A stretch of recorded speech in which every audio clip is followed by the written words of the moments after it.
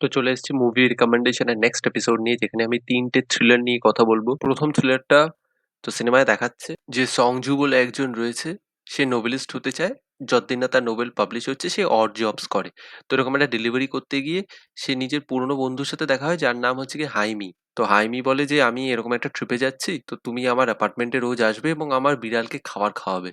তো সেটা সে করতে শুরু করে এবং তারপর ওদের ভিতরে একটা রোমান্টিক রিলেশনশিপ শুরু হয়। মেয়েটা তারপর আফ্রিকায় একটা ট্রিপে চলে যায় এবং সেখানে তার বেনের সাথে দেখা হয়। তারা আসে, তারা তিনজন বন্ড করতে শুরু করে এবং বেন একটা খুবই শেডি চরিত্র। এবং তারপর কয়েকদিন পর হাইমিও নিখোঁজ হয়ে যায়। তো কি হয়েছে হাইমির সাথে এবং বেন অ্যাকচুয়ালি কি, সেটা কি কোনোদিন জংশু জানতে পারবে? বাকিটা জানতে হলে আপনারা দেখে নিতে পারেন বার্নিং, অ্যামাজন প্রাইমে স্ট্রিম হচ্ছে। আমি আগেই বলে দিচ্ছি, আপনারা যদি ডেফিনেট আনসার ওয়ালা একটা থ্রিলার দেখতে চান, যেখানে একটা ডেফিনেট কনক্লুশন রয়েছে, তাহলে কিন্তু এই থ্রিলারটা আপনারা দেখবেন না। কেন কি এটা অ্যাম্বিগুয়াস রয়েছে, ওপেন এন্ডেড থ্রিলার রয়েছে। এবং আমি যখন দেখলাম তখন অব্দি এর ইংলিশ ডাব আসেনি, ইংলিশ সাবটাইটেল আপনারা পেয়ে যাবেন। তো অ্যামাজন প্রাইমে আপনারা দেখতে পারেন।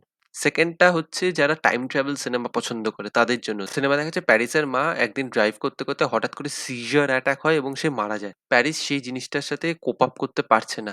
সে ভাবছে তার মায়ের মৃত্যুর কারণ নিশ্চয়ই অন্য কিছু। জিনিসটা ঘটে 2003-এ। এবং তারপর আমরা দেখতে পাচ্ছি 2022-এর টাইমলাইন। সেখানে দেখা যাচ্ছে একটা বাচ্চা মেয়ে নিখোঁজ হয়ে যাচ্ছে এবং তাকে খুঁজতে তার দিদি বেরিয়ে পড়ছে। এবং বাচ্চা মেয়েটা কোথায় গেল, কি হয়েছে, একটা বিশাল বড় সোয়াম্প ল্যান্ড, সেটা নিয়ে সব ঝামেলা। তো এই 2003 আর 2022-এর টাইমলাইন কি করে এক হচ্ছে? প্যারিস আর এলি, যার বোন হারিয়ে গেছে, এরা দুজন কিভাবে কানেক্টেড?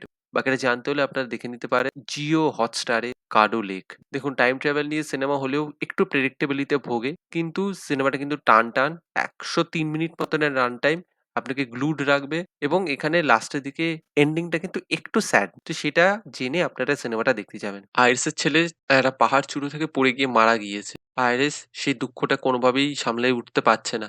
সে ডিসাইড করছে সেও সেই সেম চূড়ো থেকে লাফ দিয়ে সুইসাইড করবে। তাকে বাঁচাতে একটা অজ্ঞাত লোক আসছে। লোকটা তাকে বাঁচিয়ে নিচ্ছে, কিন্তু লোকটা তারপর তাকে ইনজেকশন মেরে প্যারালাইসিসে পাঠিয়ে দিচ্ছে। কেন? লোকটা আসলে কি, কি চায়? কাউকে মরার থেকে বাঁচিয়ে দিয়ে তারপর তাকেই আবার মারতে চাইছে। এটা কিরকম আজব ফ্যান্টাসি? তো এই ফ্যান্টাস্টিক মার্কা লোকটার ব্যাপারে জানতে গেলে আপনারা দেখে নিতে পারেন ডোন্ট মুভ। দেখুন, সিনেমাটা টান টান, একদম পয়েন্ট টু পয়েন্ট দৌড়ায়, বেশি লয়টার করে না। অ্যারাউন্ড 100 মিনিটের রান টাইম এবং এটা হিন্দিতে আপনি নেটফ্লিক্সে দেখতে পেয়ে যাবেন।